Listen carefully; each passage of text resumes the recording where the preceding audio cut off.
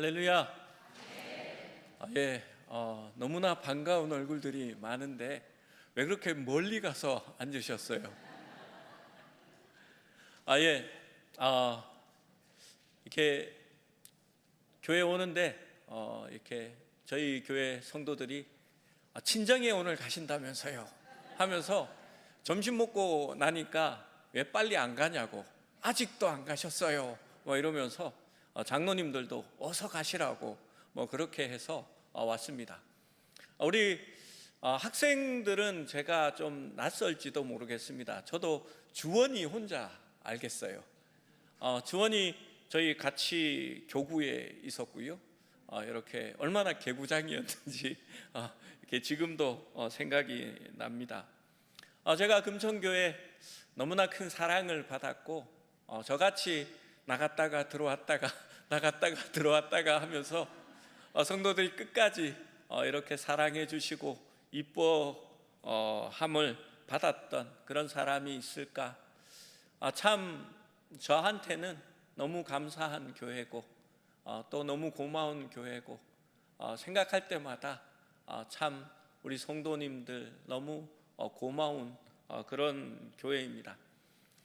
이렇게 모든 걸 하고 싶은 말들이 정말 많은데 덮어두고, 왜냐하면 빨리 끝내야 됩니다, 순서가 많습니다 라는 얘기를 와서 들었어요. 거기에다가 제가 이제 노안이 와서 다초점을 껴야 되는데 가방 안에 두고 목사님 방에 두고 안 가지고 올라왔습니다. 그래서 눈에 뵈는 것도 없습니다. 사무엘상 7장 1절 말씀을 먼저 보고 말씀을 시작해 봅시다. 함께 읽어볼까요? 시작. 기럇 야림 사람들이 와서 여호와의 궤를 옮겨 산에 사는 아비나답의 집에 들여놓고 그의 아들 엘리야사를 거룩하게 구별하여 여호와의 궤를 지키게 하였더라.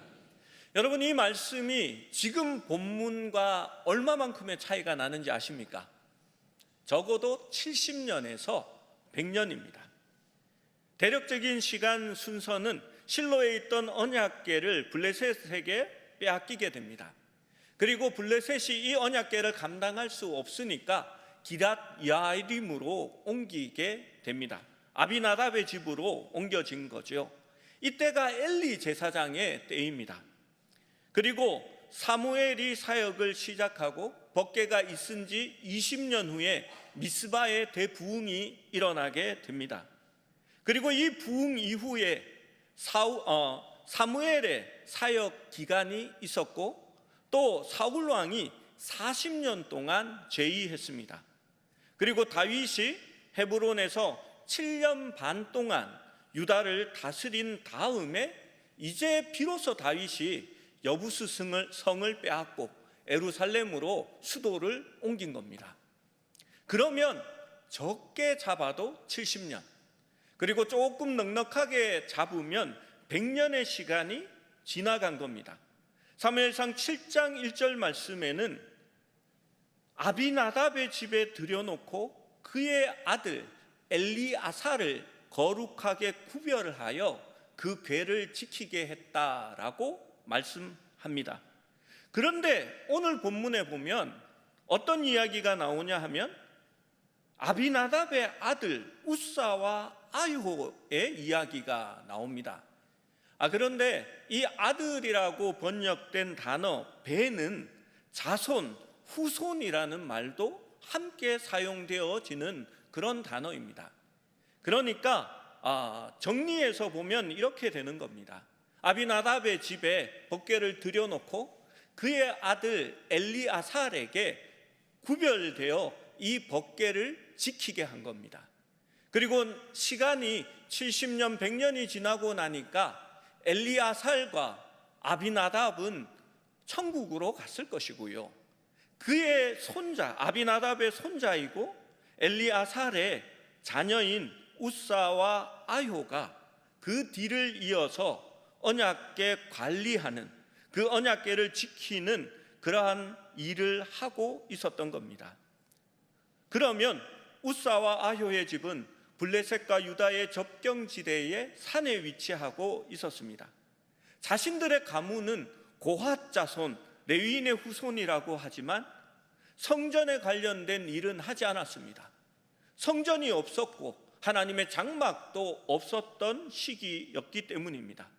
그들이 태어났을 때 자기 아버지 엘리아살은 법궤를 지킨다고 하면서 그것이 하나님의 중요한 구원에 관한 일이라고 하고, 애굽에서 출애굽할 때에 이 법궤가 우리를 인도했고 구원했다라고 하고, 이 법궤의 이름은 하나님의 이름이라고 2절에 그 이름으로 불린다라고 이야기하고 있는 것입니다.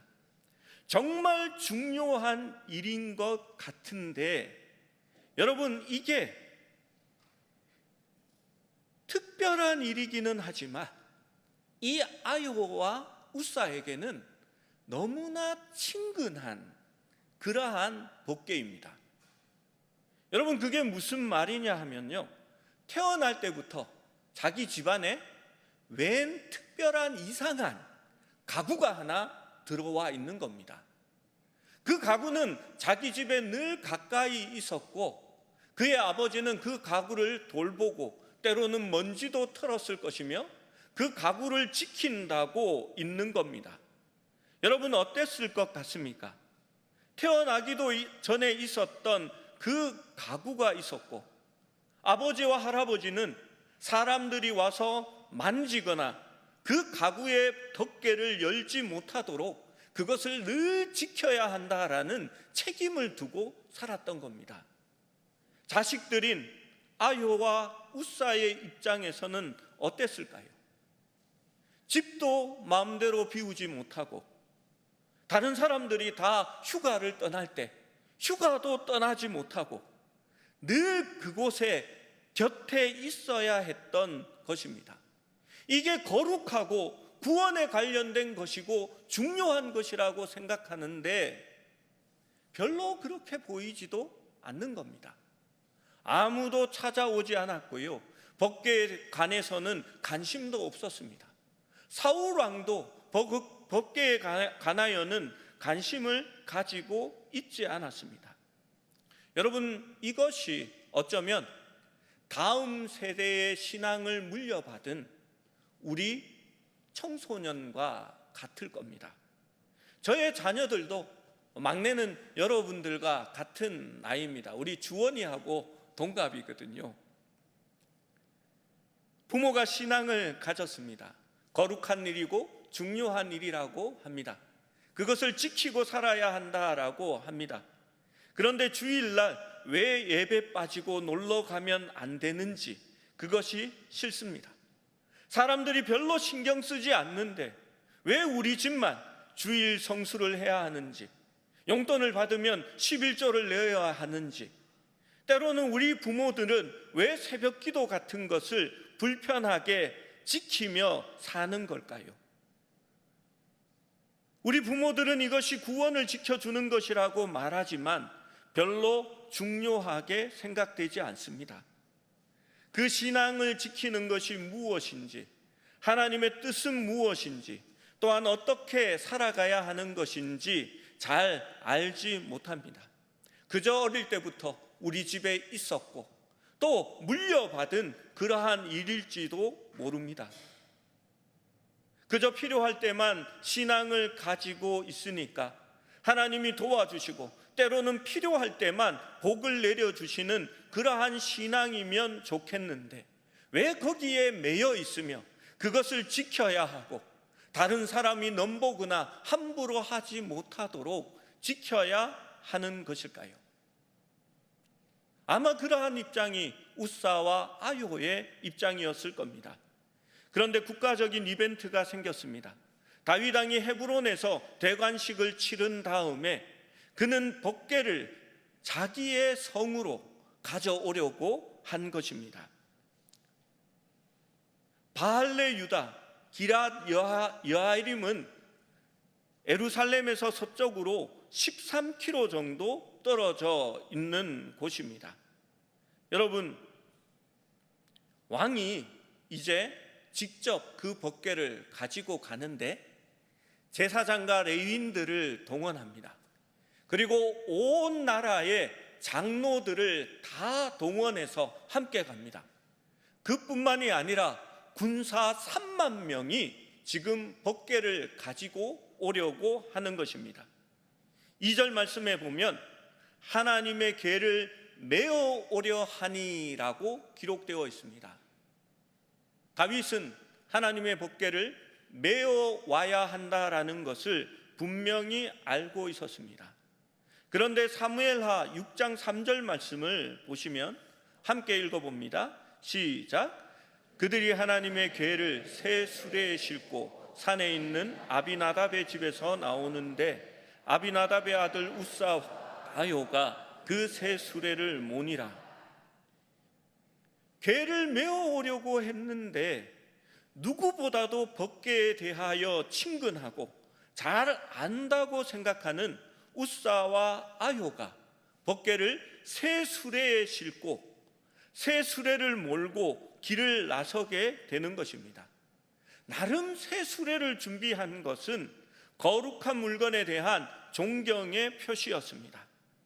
다윗과 모든 사람은 노래와 음악으로 하나님 앞에서 춤추며 경축했습니다.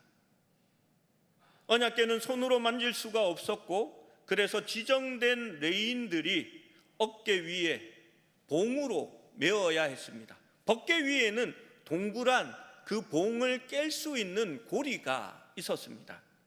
그런데 이들은 새 수레에 싣고 법궤를 옮기고 있는 것입니다.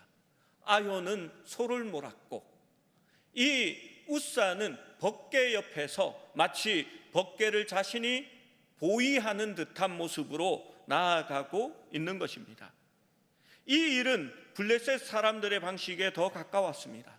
블레셋 사람들이 처음 아비나답의 집으로 법궤를 가져올 때에 그들은 새 수레를 만들고 독종과 지혜 형상을 5개씩 만들어 그들의 성음만큼의 것들을 가져온 것이었습니다. 그들은 죄인들인 블레셋 사람들의 방식으로 하나님의 영광을 옮기는 방법을 빌려왔던 것 같습니다. 하나님의 영광을 옮기기에 그 방식이 편리하고 더 합리적인 것이라 생각했을 겁니다. 13km를 그 법궤를 메고 어떻게 걸어가겠습니까? 차라리 새 수레에 싣고 어느 정도 예의를 갖추면서도 편리한 방법이 낫지 않았을까요? 하나님의 말씀과 율례대로 순종하지는 않으면서도 노래하고 춤추고 찬양하며 예배하고 나아가고 있는 것입니다. 여러분, 사실 그것이 하나님이 기뻐하시는 것이겠습니까?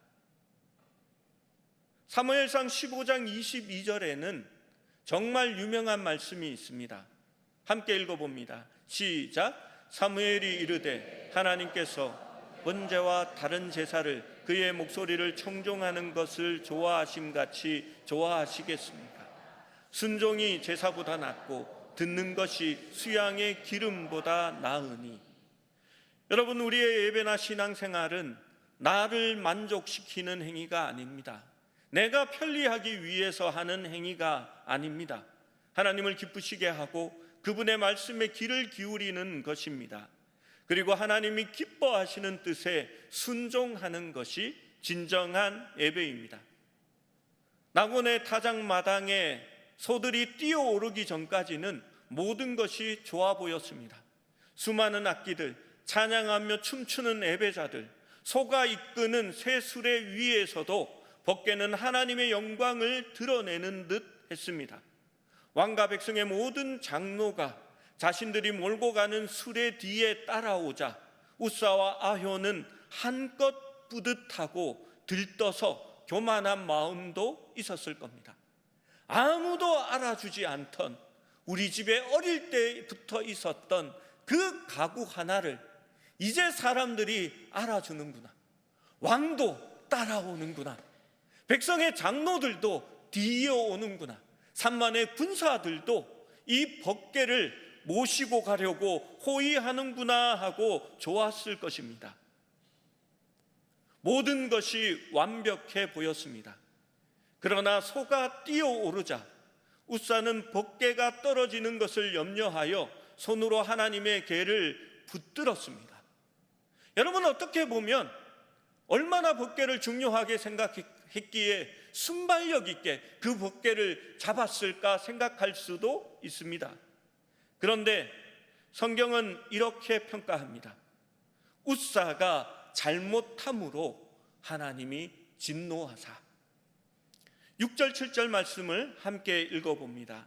시작. 나곤이 타작마당에 이르러서는 소들이 뛰므로 웃사가 손을 들어 하나님의 법궤를 붙들었더니 여호와 하나님이 웃사가 잘못함으로 말미암아 진노하사 그를 그곳에서 치시니 그가 거기 하나님의 궤 곁에서 죽으니라.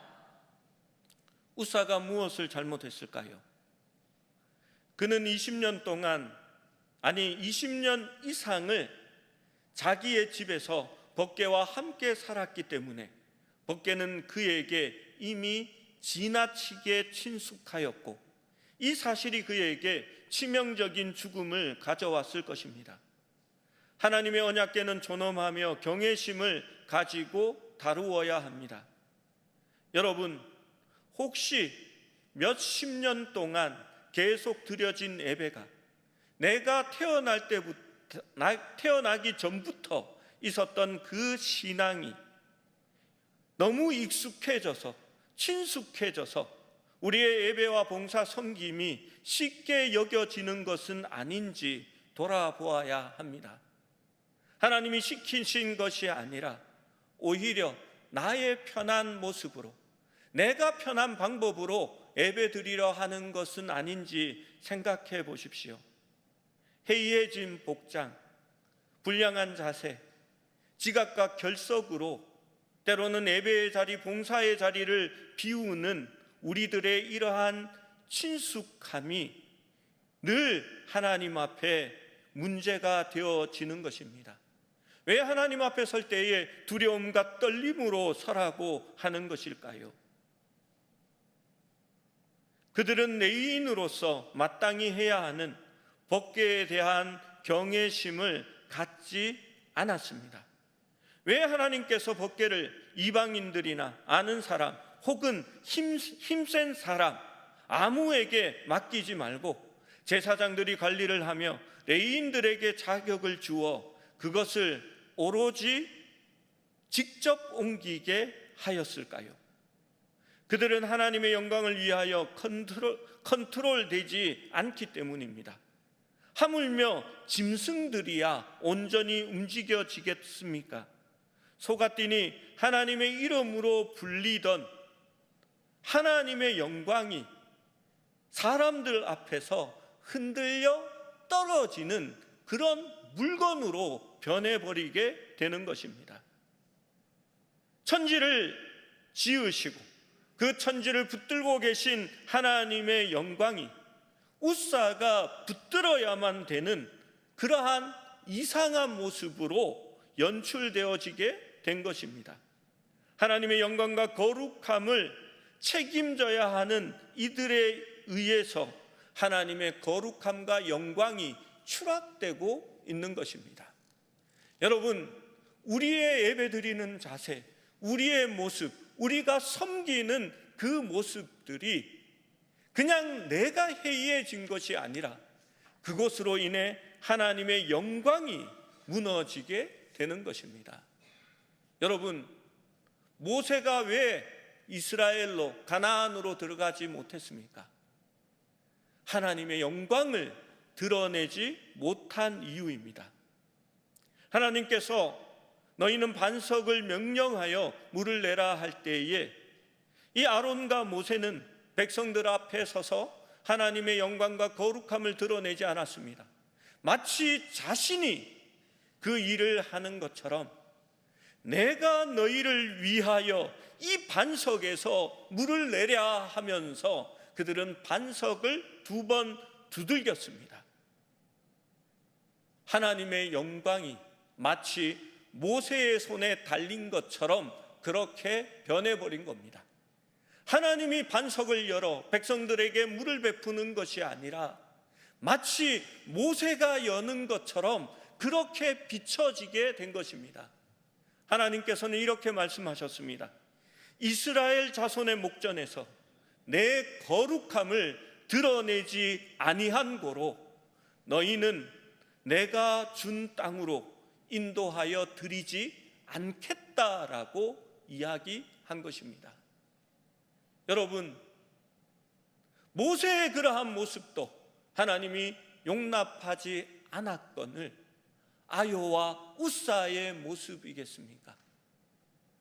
아요와 우사의 그 친근함으로 말미암아 하나님이 그 수레에서 흔들리는 존재가 되고 인간이 붙들지 않으면 땅에 굴러 떨어지는 그러한 모습으로 전락하게 된 것입니다. 하나님의 이름을 대신하는 것들이 그것을 섬기는 자들에 의하여 추락하게 된 것입니다. 여러분, 전기 기사들이 작업을 할 때에 반드시 먼저 행하는 일이 있습니다. 무엇인지 아시지요? 차단기에서 전원을 차단하는 일입니다. 그러면 전원이 끄지게 됩니다. 왜 그렇게 하는지 아십니까? 전기에 감염되면 목숨이 위험하기 때문입니다. 왜 그렇게 합니까? 전기에 대한 두려움이 있기 때문입니다. 여러분, 하나님 앞에 서는 자들은 하나님의 영광과 거룩함을 드러내기 위하여 우리의 모습을 다시 한번 점검하고 그 두려움을 가질 수 있어야 합니다. 저는 찬양단에서 돈을 받고 이렇게 예전에는 없었는데 지금 혹시 있나 모르겠습니다. 다 그런 건 아니니까 그냥 제 경험이라고 들어주시면 좋겠습니다. 제가 지난번 목동에 있는 교회에 있을 때에 거기에 지휘자들이 다 음대 교수들입니다. 그런데 하나님 앞에 영광을 돌리기 위해서 어려운 곡들을 막 선택해서 오는 겁니다. 성도들이 음악을 전공한 것도 아니고 그 곡들을 다 이렇게 이틀 연습해서 습득하는 것도 아니니까 이렇게 용병들을 사옵니다. 그 말이 무슨 말이냐 하면요, 자기 제자들을 교회에 데려오는 겁니다. 교회는 다니지 않고 하나님을 믿지 않는데 내가 지휘하니까 너 와서 좀 도와줘. 이렇게 사례금 한 달에 50만 원 할게. 그렇게 해서 불러오는 겁니다. 저희는 그래서 그들을 용병이라고 불렀습니다. 여러분, 이들이 와서 하나님 앞에 찬양을 드리고 오케스트라 악기를 연주합니다. 찬양은 물론 잘하지요. 그런데 하나님을 경외하는 마음이 없습니다. 하나님을 두려워하는 마음도 없습니다. 찬양이 끝나고 나면 제일 앞에 앉아서 스마트폰을 만지다가 어느새 깊은 잠에 빠져드는 것을 보게 됩니다. 여러분, 낙원의 타작마당의 소처럼 컨트롤이 안 되고 언제 뛸지 모르는 존재가 되어져 버리는 겁니다. 여러분, 제가 얼마나 노는 거 좋아하는지 여러분 아실 겁니다. 여행도 좋아하고 산도 바다도 좋아합니다. 우리 김양호 집사님 안 보이시는데 강영균 집사님 저기 계시네요. 강영균 집사님, 박연우 집사님 저하고 몇 번 놀러 다녔습니다. 그런데 그렇게 제가 바다도 좋아하고 물도 좋아하는데 백령도 울릉도에 가본 적이 없습니다. 백령도에 계시는 아는 장로님이 목사님 놀러 오세요. 우리 집에 배가 세 척이거든요. 목사님 고기 실컷 잡게 해줄게요. 막 얘기하는데 한 번도 가본 적이 없습니다. 왜 그러냐 하면 안개가 끼고 파도가 치면 배가 못 뜨게 되고 그러면 주일 예배에 참석할 수 없게 되는 겁니다. 바다 위의 파도가 낙원의 타작마당의 소처럼 날뛰면 하나님의 영광을 가릴 수 있다는 두려움이 있기 때문입니다. 여러분 6장 8절 말씀을 함께 읽어봅니다. 시작. 여호와께서 웃사를 치심으로 다윗이 분하여 그곳을 베레사 웃사라 부르니 그 이름이 오늘까지 있더라. 베레사, 실제로 그 동사의 음어는 파라츠입니다. 터뜨리다, 쳐서 깨뜨리다 라는 단어입니다. 베레스 웃사, 웃사를 쳐서 깨뜨리다 라는 의미입니다. 그것이 슬픈 지명이 된 것입니다. 그리고 역사가가 하나님의 성령의 감동을 받아 이 성경을 기록할 때에도 여전히 베레사 웃사라는 지명이 있었습니다. 왜 하나님께서 그 지명을 남겨두었을까요? 그 베레사 웃사를 이야기할 때마다 웃사의 친숙함을 경계하기 위해서입니다. 여러분, 법궤는 다윗의 성으로 바로 가지 못했습니다. 법궤는 가드 사람 오벳 에돔의 집으로 옮겨지게 되었습니다.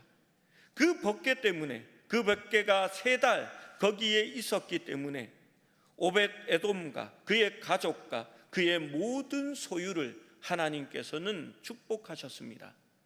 여러분, 그들은 전심을 다해 두려움으로 법궤를 다루었을 것이기 때문입니다. 여러분, 가드가 익숙하지요. 가드 사람 오벳 에돔. 블레셋에는 5대 도시가 있습니다. 가사, 아스돗, 아스글론, 에글론, 가드입니다. 여러분, 가드는 이 블레셋의 수도와 같은 도시입니다. 가드 사람으로 가장 유명한 사람은 골리앗입니다. 다윗이 피난을 가 있었던 가드 왕 아기스, 바로 그가 통치한 곳입니다. 여러분, 가드라는 배경, 그 가드 사람 오벳 에돔은 특별히 구별된 사람이 아니라 이스라엘과 원수되었던 이방인 오벳 에돔이었습니다. 그런데 그 오벳 에돔이 하나님께 대한 두려움을 가지고 그 법궤를 자기 집에 모시어 드렸을 때에 그는 하나님의 은혜와 복을 누리게 된 것입니다. 하나님의 은혜와 복은 혈통이나 출신 성분에 매이지 않고 부모의 신앙에 매이지 않고 거룩한 하나님의 임재를 받아들이고 그 하나님을 경외하는 자에게 차별 없이 임한다는 복음적 메시지를 던져주는 말씀이기도 합니다. 사랑하는 여러분, 우리가 하나님 앞에 드리는 예배가 어떠해야 할까요? 우리 중고등부 학생 여러분, 부모의 신앙 때문에 너무나 쉽게 자연스럽게 늘 우리 집에 있었던 그러한 신앙을 받아들이고 그것이 너무 친근하지는 않습니까? 생각하십시오. 내가 어떻게 예배 드리느냐에 따라서 우리 하나님의 영광이 높여질 수도 있고 우리 하나님의 영광이 하찮아질 수도 있습니다. 저에게 금천교회는 너무 친근한 교회입니다. 그래서 아무도 저한테 주보를 주지 않더라고요. 예배 순서를 모릅니다. 오니까 물 한 잔이 있을 줄 알았는데 물 한 잔이 없습니다. 여러분, 너무 친근해서 괜찮습니다. 그런데 여러분, 한번 생각해 보십시오. 우리가 너무 쉽게 너무 스리바를 끌면서 반바지 차림으로 놀러 가듯이 하나님 앞에 예배하러 온다면 우리 때문에 그 하나님의 거룩함이 높여지지 않는 겁니다. 여러분, 시장을 만나든지 대통령을 만나러 가면 여러분 스리퍼 끌고 가시겠습니까? 우리 하나님은 적어도 그 대통령보다도 훨씬 높으신 찬양받기 합당하신 하나님이십니다. 여러분, 두려움을 가지고 우리의 모습으로 하나님의 영광이 어떻게 드러날 것인지를 늘 생각하며 살아갈 수 있기를 원합니다. 우리 청소년들에게 권면합니다. 부모의 신앙이 아니라 내가 하나님의 영광을 받아들이고 그 하나님의 영광을 높이기 위해 살아간다면 하나님께서 오벳 에돔의 집에 부어주셨던 그 축복이 여러분에게도 부어지리라 믿습니다. 기도하시겠습니다. 하나님, 은혜를 감사합니다. 아버지 하나님, 우리에게는 너무나 친근하고 가까운 신앙생활입니다. 그러나 아버지 하나님, 그 중에 하나님을 경외하는 마음을 갖게 하시고 아버지 하나님을 높이고 주의 영광을 드러내려고 하는 그러한 마음을 심어 주시옵소서. 예수님의 이름으로 기도하옵나이다. 아멘.